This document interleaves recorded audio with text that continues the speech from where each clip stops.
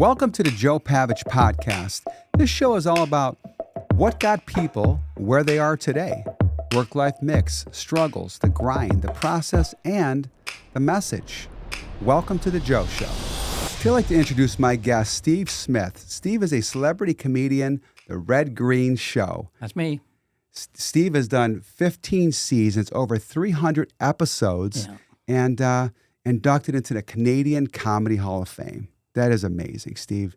Thank you so much for coming here. I really, really appreciate it. Hey, it's my pleasure, Great Joe. to see you. Yeah, it's cool.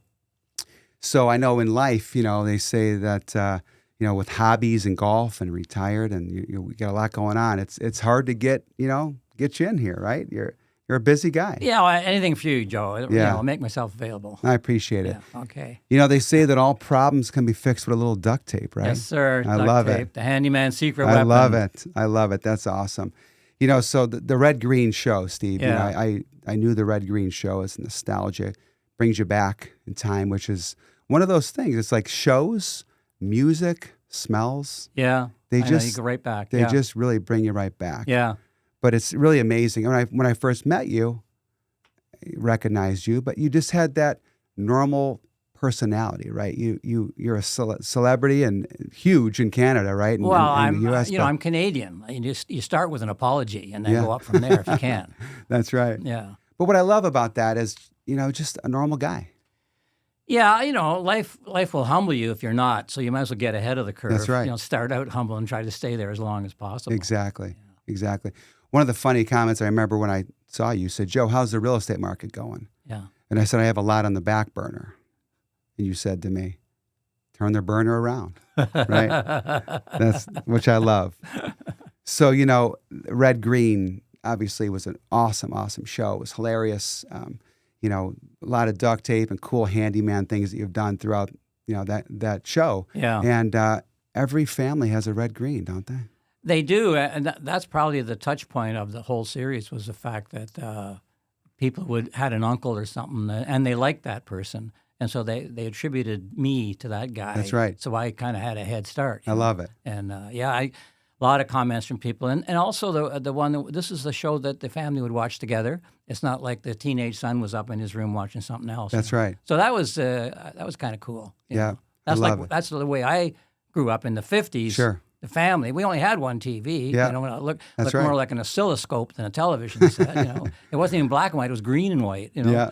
But the whole family would watch together, and that just is part of your culture, and it becomes part of yourself. Yeah, it really does. Yeah. And if there wasn't a Red Green in the family, they were probably the Red Green. They just it's didn't probably realize you. it, right? That's right. Yeah. So when I was a kid, my grandfather, he electrical tape was his thing. Okay. And just boxes and boxes of electrical tape. And I don't know what he really used it for, but it could fix anything, right? Yeah, It was just hilarious. And then when he passed away, we went up there to, help move stuff out of the property. And the amount of boxes of tape was unbelievable. Well, duct tape's been my thing. And my theory was you never want a repair job to outlive you. Yeah. So, I'd rather fix something 10 times improperly than fix it once and never do it again. And then I got nothing to do. Yeah, that's right. It's a create work thing. Keep going. Right? Yeah, you could do anything with it. Yeah. I also had a friend that used WD-40. That was their Red Green, right? It was hilarious. WD-40 could fix anything. If it moves and shouldn't, use duct tape. If it doesn't move and should, use WD-40. I think that's the way it goes. Exactly. But, comedy is such a cool thing because it takes people away from the struggles in life. Right. They watch the show or see you in your farewell tour or whatever you're doing. Yeah. The animated series now. Yeah. Got to hear more about that, by the way. Okay. But it just takes you away from the moment, which I think is so special. I think comedy is another way of looking at things that you hadn't occurred to you. So you kind of stop and that's how I think jars you out of your own reality for a minute or two. Yeah. And it's a great stress reliever. Let's face it. It is. It is. Yeah, exactly. The show, it seemed like a bunch of just guys having fun. Yeah, I created the show. This is going to be 1989, I want to say, with a friend of mine. His name is Rick Green, ironically enough. And we were just trying to make each other laugh. We weren't trying to gear to a certain audience or any of that kind of stuff. And I remember when I first pitched the show to a broadcaster, which was my local TV station, I said, I need you to give me enough money that I can do something. but not enough that you care what it is. So it was That's great. That was my wheelhouse in Yeah. there, where I was, and then we started to get an audience Sure. and so on, and Oh, that's great. we had some setbacks. I'll tell I'll you, bet. but yeah, But I want to hear all about that. yeah. But let's put the red light on the show for a minute. Let's All go right. back. Take me back. Because, Okay. these great stories like you have, right? There's a process, right? Kids through the process. There's always a grind, the struggles to get you to today Yeah, when you become what you become, right? right. So, With luck. yeah, take me back to, to growing up. Where did you grow up I at? grew up in Toronto, Okay. Canada, and I went to a special school. I was identified as somebody who was weird, but in a good way, I think. But I had the same teacher for grade 6, 7, and 8, and she made a rule that nobody was allowed to speak out in class except me. And there was 2 reasons for that. Number one, what I would say would often entertain the class. And number 2, it wasn't disruptive. It wasn't a critical, slash. It was more of a supportive, something would strike me Yeah. funny, and I was allowed Wow. to say it. So it gave me, that was my first indication that maybe the way I think and some things that occur to me, other people would find entertaining. Wow. That planted the seed early. That's, I was like, 6th, 7th, and 8th grade. yeah. And So at that age, you started to realize, like, I might have something. And here. now I had another problem along with that. I was young and I was small. I was born on Christmas Eve, so I was already young starting school. And then I skipped a grade. When I started high school, I was 12 years old. And Wow. and I was not the giant of a man you see before you now. Sure. I was pretty small. Yeah. And the guy in the locker next to me was in my class, and he was 15, and he was a man. And on the first day of school, he said to me, if I wanted to, I could kill you.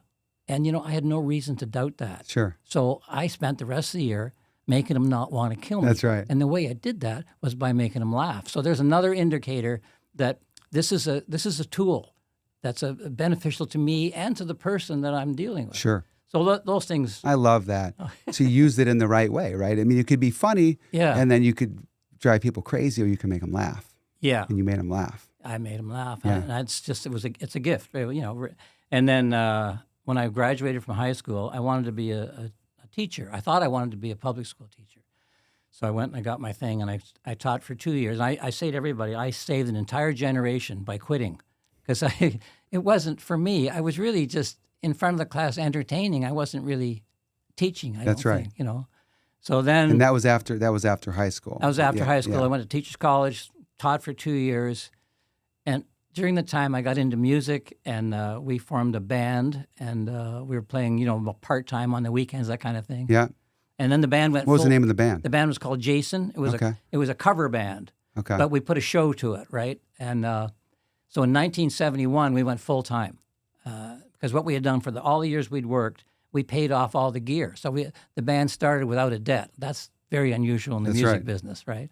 And we toured for 3 or 4 years. And then one night we were playing at in Ithaca, New York. What's the name of that? Cornell University. And there was this guy there who was the manager of Deep Purple. That was a big rock band. Yeah. I remember them. Yeah. And usually when somebody comes out like that, you just stink the joint out. You had the worst night you've ever had in your life. Well, we had a great night. We had 3 encores. I couldn't wait to meet this guy. So he comes around backstage afterwards. And I said, what do you think of that? He said, well, it was different. I said, different? What do you mean? He said, well, you did the Beach Boys, you did the Beatles, you did the Mamas and Papas. I know all those groups. They do what they do better than you do what they do. What do you do? And Wow. it was like Wow. boing. It was like a boing. Yeah, what do you do? I'm in the entertainment business. If I expect to take something out of it, I better bring something new to it. And that wasn't, so, these things all, Yeah, they start to, everything works Yeah. in together. So I thought, okay, I'm doing the wrong thing. and the cover band music is great, though, by the way. I love going somewhere and hearing that. Yeah, me too. That's what people want. They want that. I That's don't what want to we hear were doing. original music at a bar. I want No, to hear I don't that mind kind. original. I love that music, by Make the it way. a hit, and then you can play it. Yeah. Don't come out and try to make me make it a hit. Yeah. So yeah, then what did you play in the band? I played keyboards. Okay. Yeah. You still have some skills? I never had any skills. Yeah. I was a bluffer all the way. I was playing along. I love it. Yeah. The rest of the band played, and I was doing kind of a karaoke thing down at my end. Making it look like you were doing something. Oh, yeah, right? yeah. No, the fingers were on the right keys. It wasn't interesting. And then, after that, my wife and I left. My wife was in the band as well. And we went out and were a duo for a while. She was a singer? She's a Singer in the She's band. a great singer. Yeah. And we went out and we were a duo. And then we got a chance to open for Al Martino. He was like a crooner, Italian crooner kind of guy. In big concert halls. We did like 7 dates or something. And it was great. It went great. It was really our venue. I was kind of funny and she would sing and it went well. And we got home, and I said, okay, what do you do now? She says, well, I'll tell you what we need. We need a television show. And I said, okay, I'm in. You know? Did you have kids at that moment? No. Okay. Just the two of you. Just the two of us. So we were in Hamilton, Ontario at that point. That's where we lived. And there was a local TV station. And she said, I want you to call the general manager of the TV station, get us a television show. Okay. Wow. Okay, that's good. This might take me 10 minutes, but I'll be right back with a TV show. And that's around what year? It would have been 1976. Okay. So I was one at that point. There you go. I was one. Well, I was more than one. So I'm calling this guy every day. I can't get through. I call him like 8 days in a row. Can't get him. So, and his name was Frank Denardis. Doesn't matter. But anyway, so we're sitting there living. She says, did you call Mr. Denardis today? I said, no. She says, well, I think we should call him. And I said, so do I. Why don't you go ahead and call him? She says, okay. She walks into the bedroom, comes out 10 minutes later and says, we got a meeting too, Steve. No way. Nice. That's so great. So it turns out he'd been at the show for Al Martino in Hamilton. He said, I saw you guys. I thought you were great. If I don't give you a TV show, somebody else will. So let's do it. Nice. And then away we go. It was kind of like a Canadian Sonny and Cher, okay. I want to say. Yeah. I was kind of the goofy, funny guy, and she was the singer. And that ran for how long? Till 1985, maybe. Okay. So like all right. So yeah, 5 or 6 years, something like that. And then at that point, kids.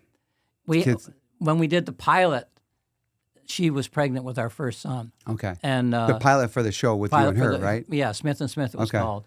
And when all the people, the executives that saw the pilot, they said, yeah, we want to pick up the series, but not till after she has the baby. So then we waited the baby. Then we did the series, and she was pregnant with our second son. And they said, we'll renew again, but keep him away from her. That's right. Oh, my God. That's great. Yeah.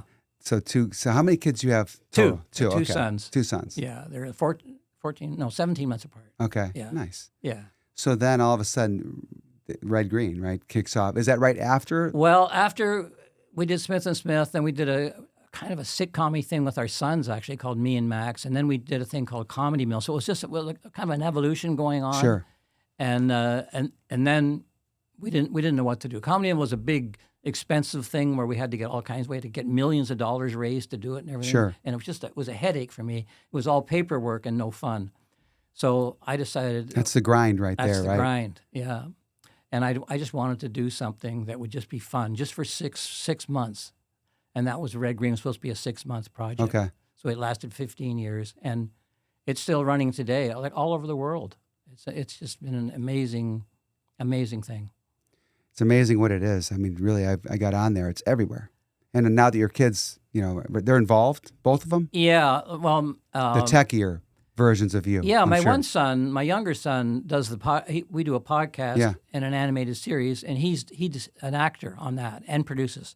My other son is in the animation business, so now that we're doing animation version, he's involved with that. So it's kind of a bit of a family affair. Boy, a light bulb just went off. Could you imagine a Joe Pavich podcast animated, Steve and Joe, the Steve and Joe show? Could you imagine that? I can. That's pretty cool. Yeah. So take me through the show, right?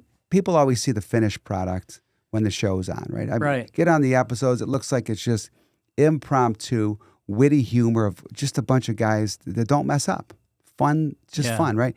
Tell me about some of the struggles about the show, like things that happened through the process. Well, I mean, we were doing a lot of physical stuff too, the handyman stuff, and we did these adventure films. People think the show is totally ad-lib. The show was 100% scripted. Nothing, if you watch the program, nothing anybody says was ever an ad-lib. Wow. Yeah, we just wrote it so that it felt like it was unscripted, But yeah, I mean, we had all kinds of things. I remember one time doing a handyman corner, and the thought was it's too dangerous to carry a boat on the roof of your car. It'd be a lot safer if you carry it under your car, right? So all I got to do is then I got to raise the car up high enough to take like a rowboat, right? Yes. So I take a Honda Civic, take the wheels off, replace them with the rear tractor wheels. These things are like this. Okay, now we got the car up high, 4 feet off the boat ground. below right? it. Now I put the boat under it, right? And then I'm thinking, okay, not only is this a safer way to carry a boat, it's also now an amphibious vehicle, right? So now I'm at the side of the lake. I'm going to drive this thing into right through the lake. Okay, so duct tape like crazy. my production manager is going nuts. She's like, no. You know what? The crew talked it over. That thing's not going to float. That boat does not have enough flotation to carry the weight of the car. You put a car on a rowboat, it's going to sink. That's right. And I said, yeah, you know what? I think I'm going to be okay. I think I'm all right. And Is this your Jeep at this point? No, No. Yeah, just a random. Yeah, we had a guy supplying cars. We always had good, cars. okay. No problem. I always wondered about that because I'll tell you about that later. So anyway, the other thing was because we'd put these big wheels on, you couldn't open the door. So if it did sink, I couldn't get out other than through the window, right? So they all had a big discussion. Ultimately, what they decided was they'd take the mic off me. At least they wouldn't lose a wireless mic. If we lose him, that's okay. We just don't want to lose the mic. Right? Yeah. Anyway, so comes to the money shot. I drive down the ramp into the water. There's so much flotation from the tires. The boat doesn't even touch the water. Oh, my God. So now everybody's to drive this thing all around the lake. So that's funny. That kind you of probably had to say you're not because you didn't think it was good. Exactly. You weren't behind me then. You're not behind me now. No, I know. That's amazing. That's a good story, actually. Yeah, we had a lot of fun things like that because we were doing. Those are always the best stuff. Stories too, because it's the process, right? Yeah. When I remember sitting down trying to find a way to make money in real estate. I had one piece of paper, like 3 or 4 bills that I had to pay. Yeah. And I looked at it and I wanted to be so much bigger than that. But that was pretty easy. Yeah. I just didn't realize how easy it was having 3 or 4 things to write down. Now, as you get bigger and bigger, like your show got bigger and bigger, the stresses probably became a lot more, right?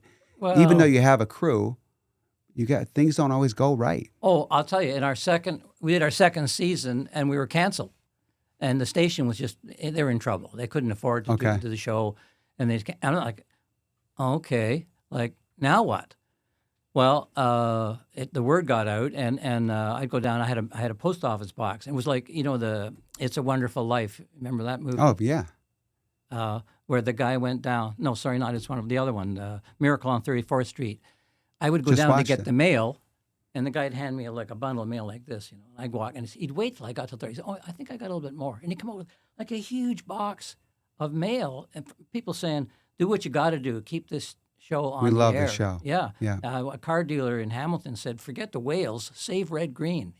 Like just, and that was That's great. Made you feel. Oh, I knew great. I was in trouble financially and every other way, but I have a constituency. There are people out there that care enough. They want to. And that's what powered me. Yeah. That's what powered me through because we had a couple of rough years after that, and then started to catch on. You didn't realize what an impact you made on people, right? You start getting those letters in. When you get that, you're thinking, okay, this is good. Yeah.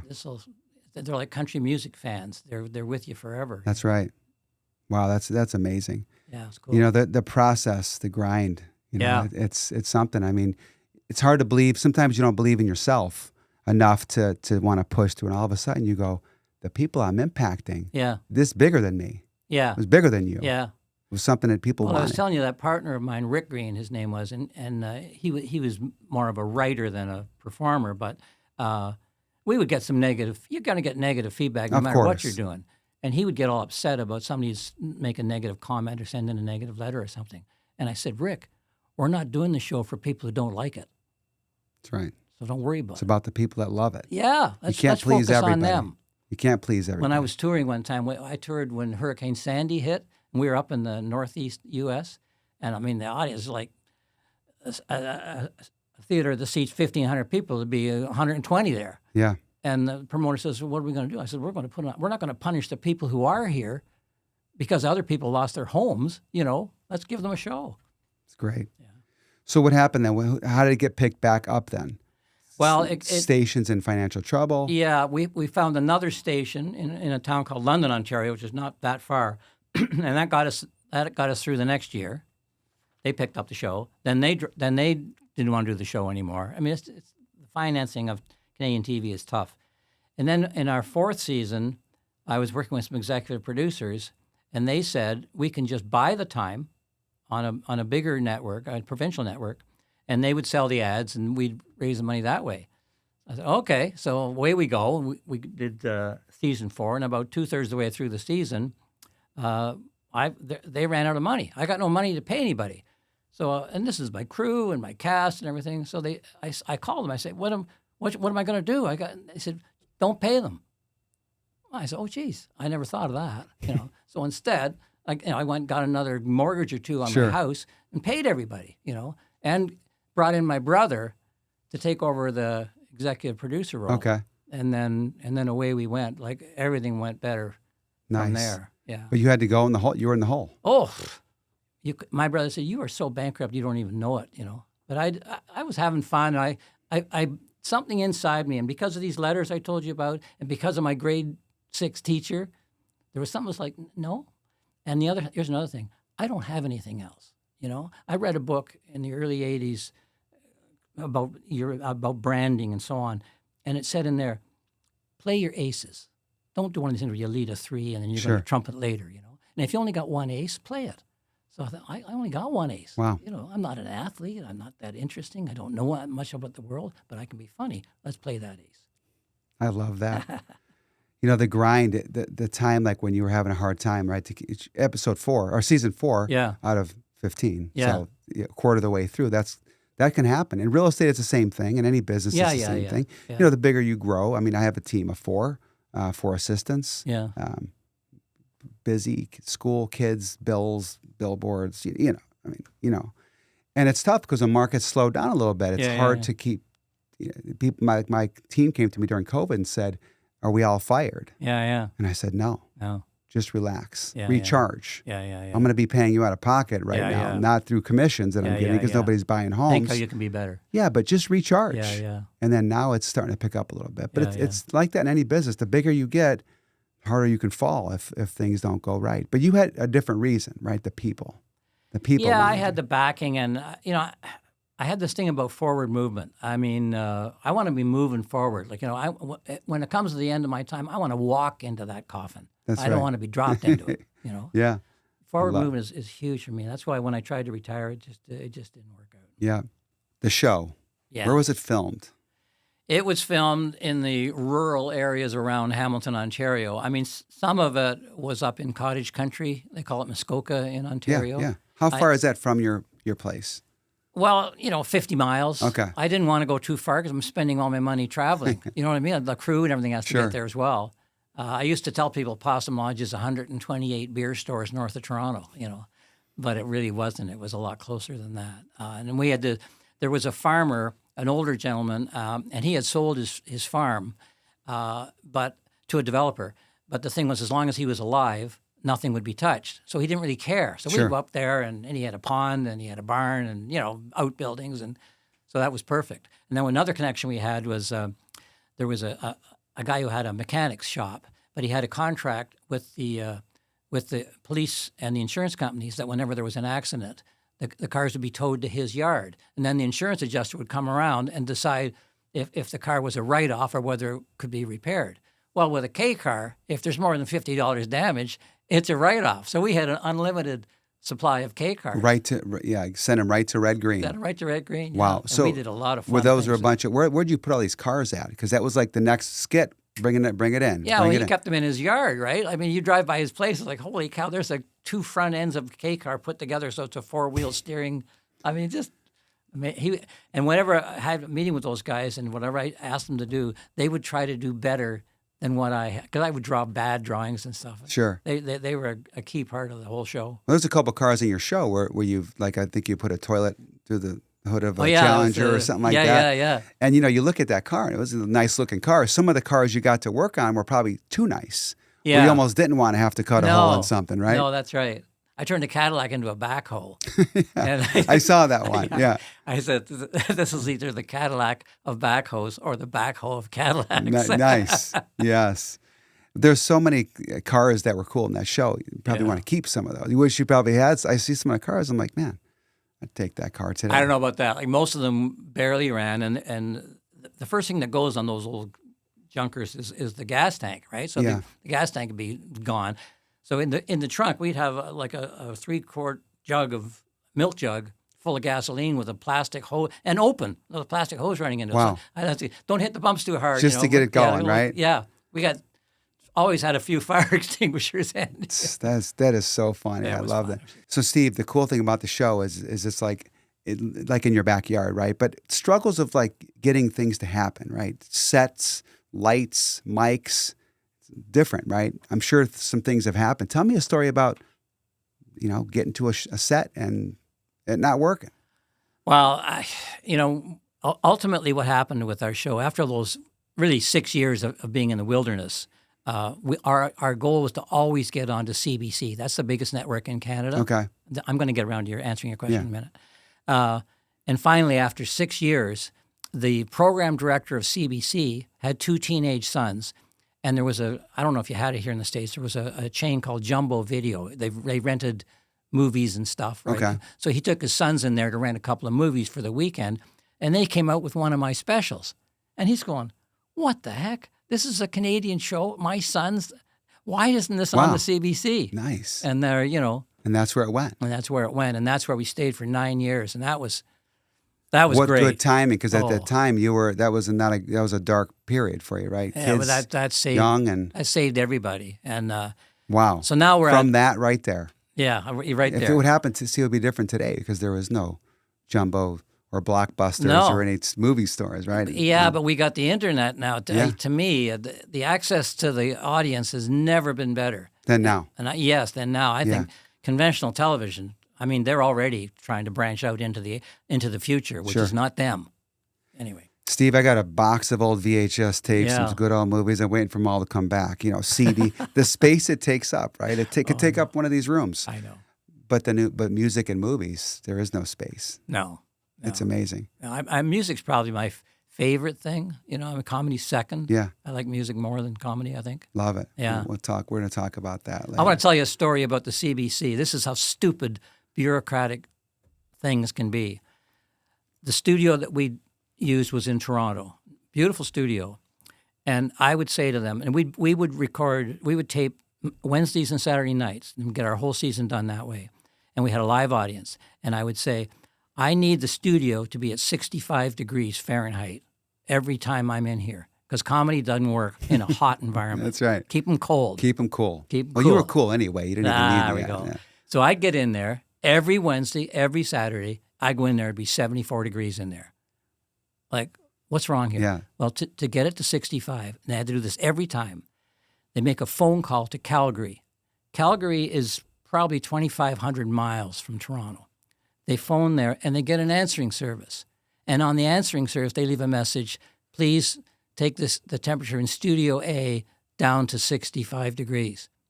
And then we'd all sit back and wonder. And just wait. Did they get the message? Every Wednesday and Saturday. Like, how stupid and is then that? then you hear the fan. Yeah. And you go, okay, we're in business, right? Yeah. That's cool. Yeah. What a crazy story, though. It's just that has to happen for you to be cool. Wow. Cooler. What are you paying for that contract, You had to Tell be you cooler. what, here's the thing. It's called a thermostat, right? I can put that in and just go like that. And That's right. Save the call. Yeah. Unbelievable. Sometimes I go into a listing appointment to sell a property, and it's hot. It's summertime. The sliders are open. Sometimes I wear a suit. I got to look good sometimes, Steve. And it's hot. I'm sweating. It's hot. And we're just sitting there. It's 85 in the house. It's too much. And Is the your guy house- calls you, how'd it go? Yeah, it's like, so like in your own house, you have the AC set down to that low? No, I don't. 70s. No, my family's accepted that I'm funny. I don't need it. I don't need to be cool at home. Nice. Thank God. It's 3M sponsor. I thought that was cool. I didn't know that. Yeah. How did that go? I mean, they obviously should have sponsored the show because, It's funny. My brother, after he took over, he went and had a meeting with them and said, we think you're selling a lot of duct tape because of us. And they said, Yeah, we are. Thanks. What's your point? That's right. Hold on. Don't hang up. Yeah. So he got them to kick in some either product or money or both, and Sure.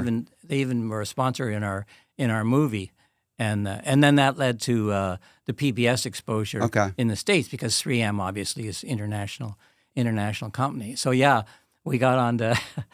We started with one market out of Detroit. It was the first PBS station to pick us up because they were broadcast into the Canadian market. Okay, yeah. So they thought Canadians, because PBS is all about raising money. It's all about the begathons, Sure. you know.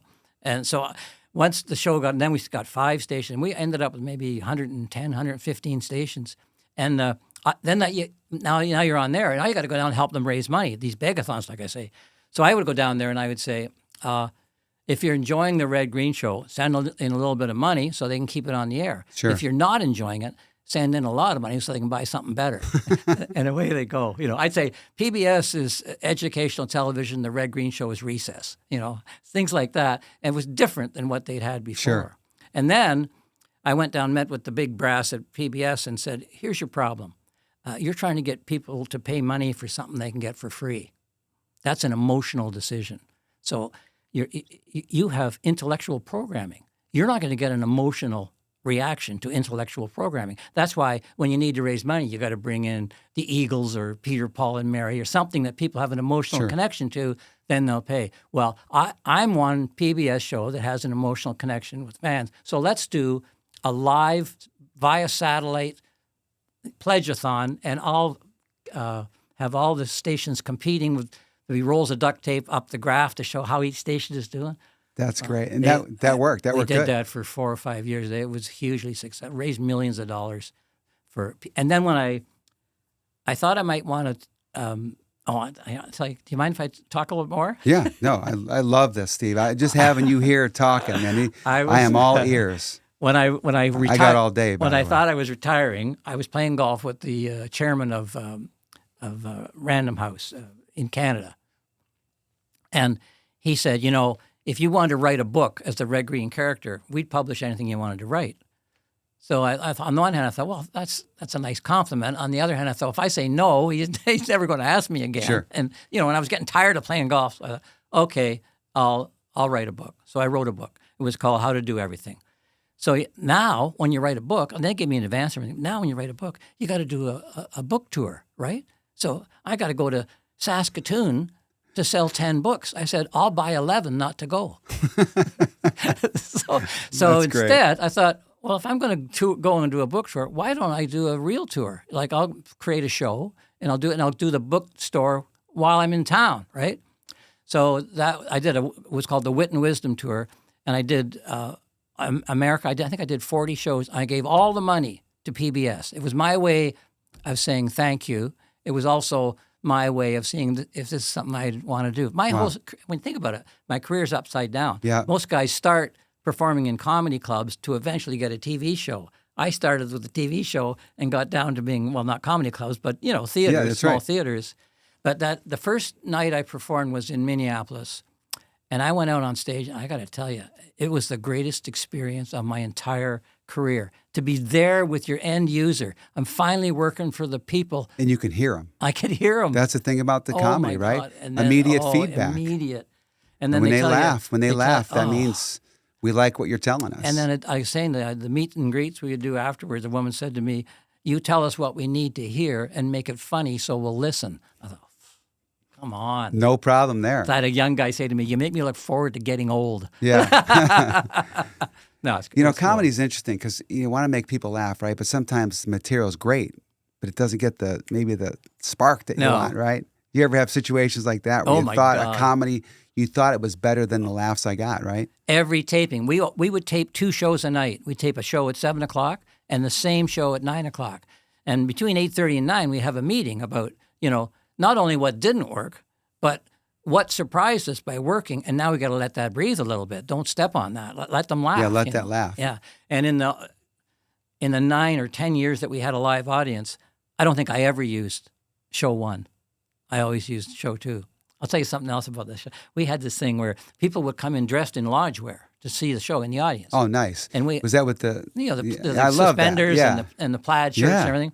So we had these audience wranglers. So they would identify certain guys that looked right, and they'd give them a clothes peg with a piece of duct tape on it. And that would mean that they're selected to come to the lodge meeting at the end of the show. Those were all the people just out of the audience, right? That looked like they could be on the show, right? Yeah, they fit. Yeah. And we give them all a vest. And anyway, so we did that for a few months. And one night, we called them down for the lodge meeting, and then like 120 guys come down. What the heck? They brought their own clothes pegs from home. Oh, my God. They all wanted to be part of it, right? Yeah, how cool is that? That is awesome. Yeah, I love that. Yeah. How many years into, like, say you have 15 seasons, right? Yeah. At what point of that 15 seasons was this right here, the tour? Was that after? Oh, long after. Okay. I finished in 2006 was the last show Yeah. went on the air, and then I wrote the book for 2010. Okay. So Oh, yeah, got it. Okay. there were several years in there of not doing anything or not doing enough. Was it hard to stop the show?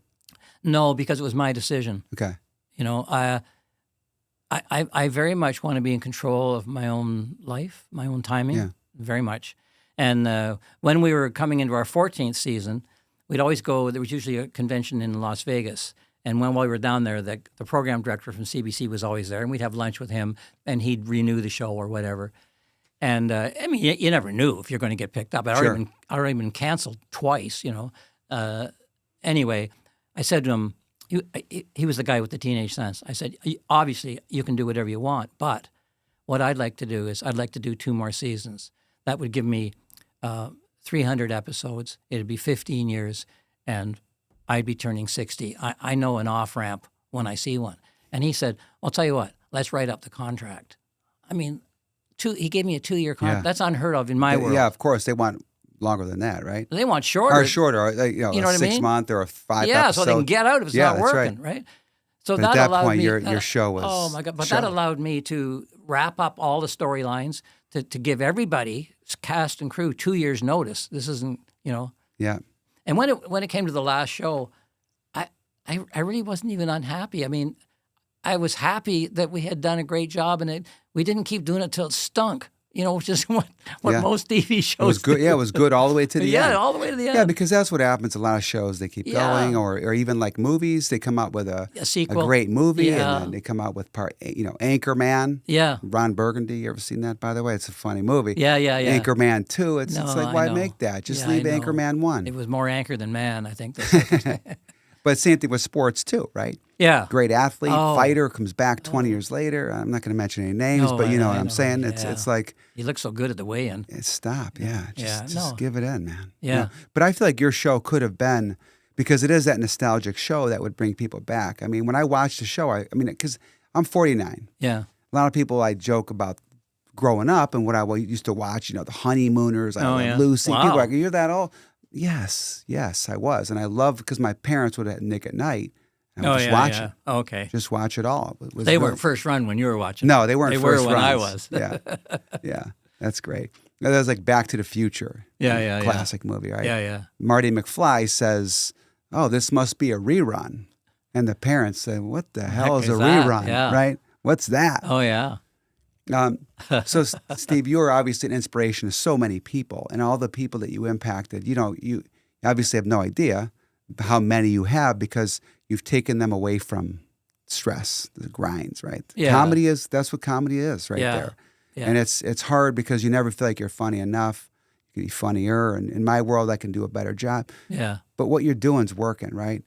What are some of those comedians when you were younger that you looked up to that really inspired you to be who you are? Yeah. Well, yeah, there's lots of them. I mean, Jack Benny, certainly Johnny Carson. Yeah. I used to watch him as a kid a lot, Johnny Carson. My Yeah, parents, Oh, every yeah. night, Johnny Carson show. Oh, he was great. I mean, Jerry Seinfeld today. I mean, I saw him the other night on one of those Jimmy shows, and he was just so good. So yeah, but you know what? It's not just those comedians. There was a well-meaning undertone to them. You know, they weren't out to be subversive. They weren't trying to bring the government down, or some were, but very few. The mainstream comedians were trying to make your life a little happier. Not Sure. You know, and I realized early on that comedy is the courier. It's not the package. So take a hard look at the package. Make sure that's the package you want to deliver before you figure out a funny way to deliver it. That's right. Well, it's changed so much too. It's like a lot of times, even the funny comedians, they get involved in, that world of You get sucked into it, politics and Oh, stuff. absolutely. And You've always stayed away from that. Well, it's too easy, to be Yeah. honest with you. The hardest part of comedy is the setup, not the joke. That's right. And what you want to do political humor, every day you got 27 setup lines coming off the paper or off the internet. Yeah. So the hard part's done. Now you can make anything funny if you got a certain perspective. So I'd rather just start with a blank page and see where we go Work from there. Yeah. It must have been great though, because all the people you looked up to when you were younger as comedians, now we're watching your show. How cool was that? Yeah. Early on, we had some really nice stuff from George Carlin, and Bob Newhart and I got along well. I've always had that back. Even Larry the Cable Guy. He's been really good to me. Sure. So you get these people supporting you, obviously from a distance, but Sure. it helps give you the confidence to keep her going. Keep pushing through. Keep pushing. Yeah. I love that. That's some good stories. I can only imagine how many how many friends you have in the business, right? Yeah, I do. I do have a lot of friends. I'm very, very blessed. We'll talk about that off air. Some stories, some good stories. So once that all stops, right then your kids say, "Dad, let's do a series, an animated series." Yeah. First of all, we wanted to do a podcast Yeah. first of all, because I had decided, again, the same way I decided to end the show. I decided that was my last tour, and it was 2019. I didn't know COVID was coming. I mean, it was just poof, Boom, here it perfect is. timing. Yeah. So I wanted to do a podcast with my son, because I really feel like I was saying earlier, this is the future of broadcasting, because the accessibility to the audience is just it's so direct. And advertisers these days are even changing. They're more interested in speaking to 100 people that will definitely be interested in their product than 1 million people, out of which maybe only 85 are interested in their product. So it's very direct. So I did it with my son.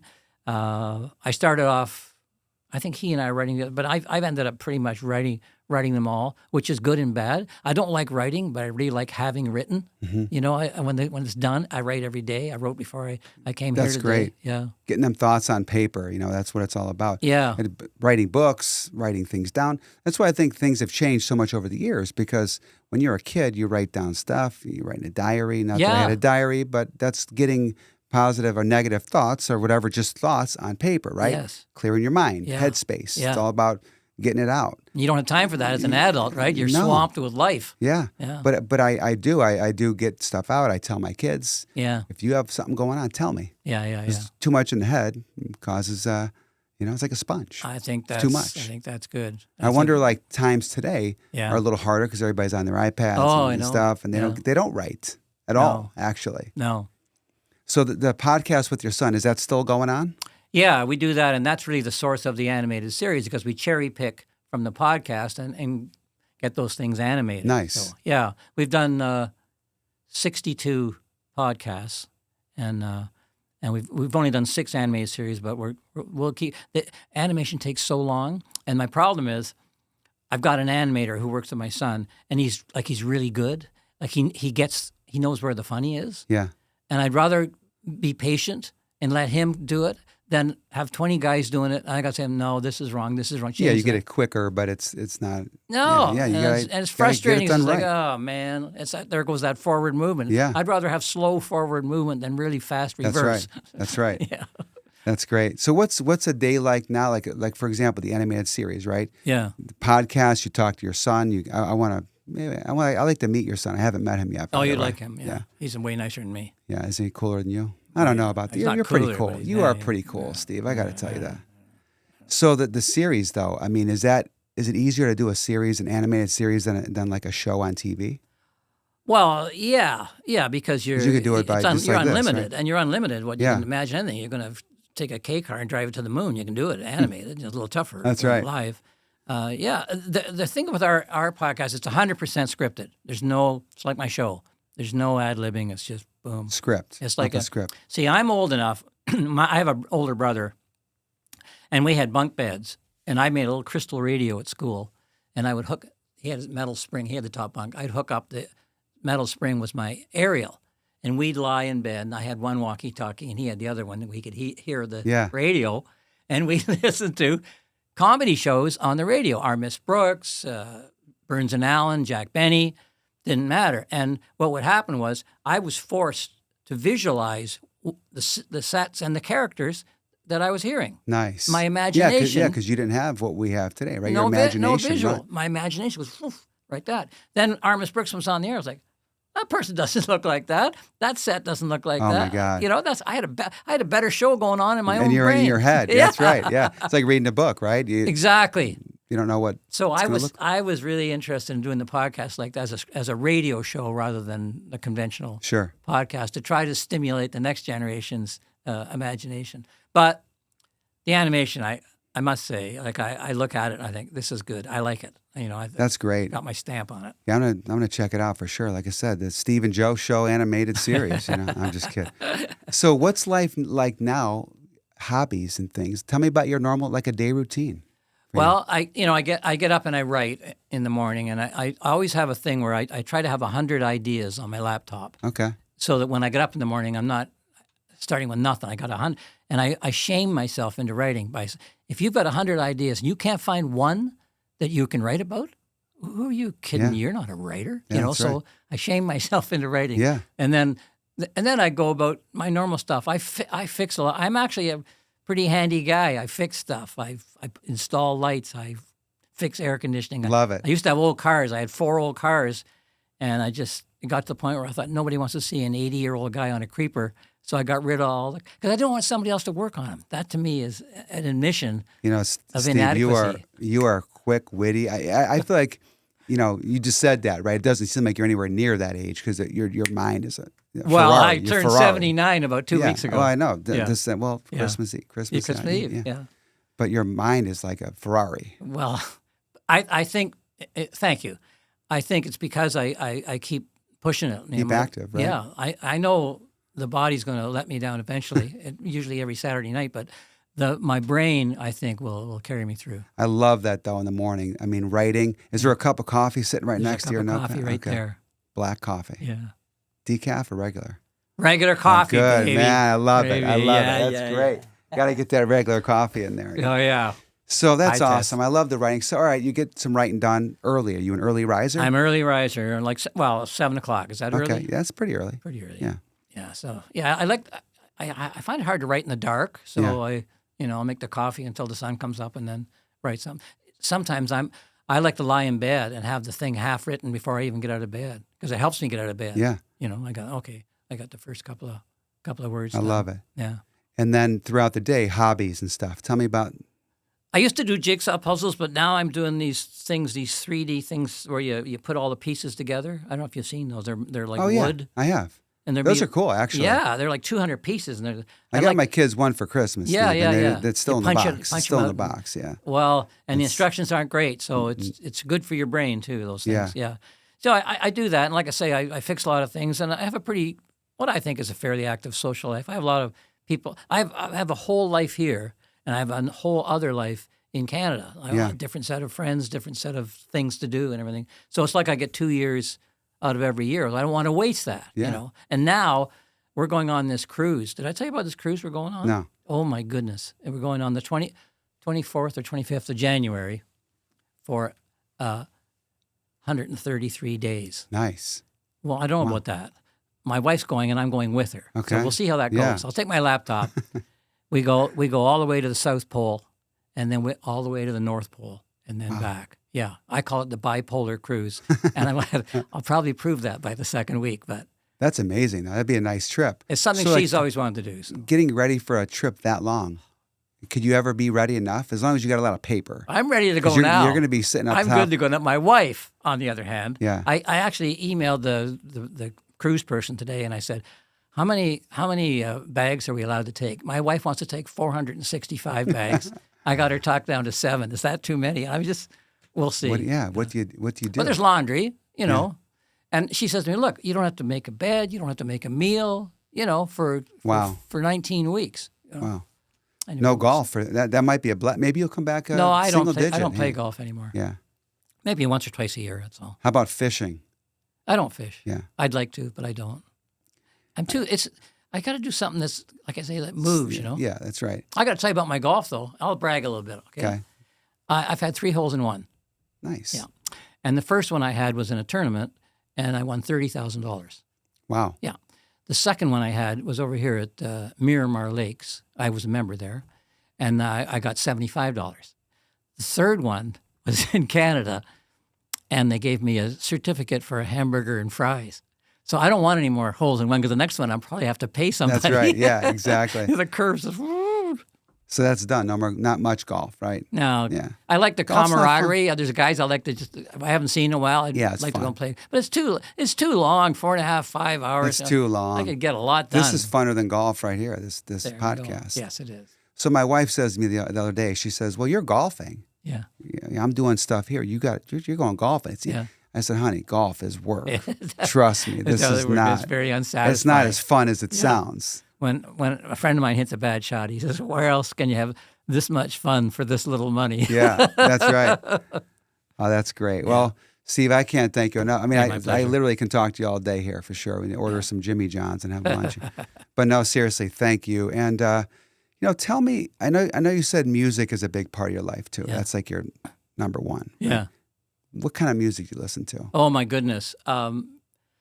I had a 29 Oldsmobile, and I had Sirius radio in it tuned to bluegrass, nonstop bluegrass. I mean, Love it. You're driving a 29 Oldsmobile playing bluegrass. You want to pull over and rob a bank. You know, it's just, so.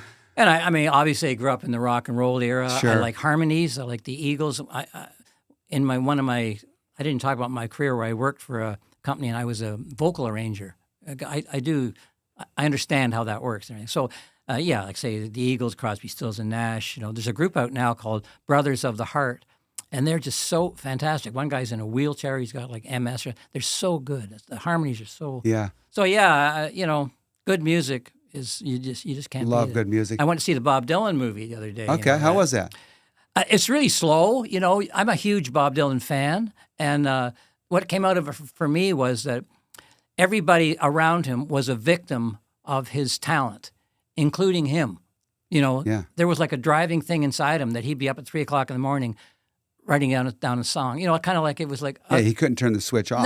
no, and he was as much, like I say, he was as much of a victim as anyone Sure. else was. But the different way of thinking, Yeah. you're looking for somebody never weak but always strong. It ain't me, babe. Nobody talked about that. I mean, talk about He was great. it was really great. Talk about a male point of view Yeah. when it wasn't really popular.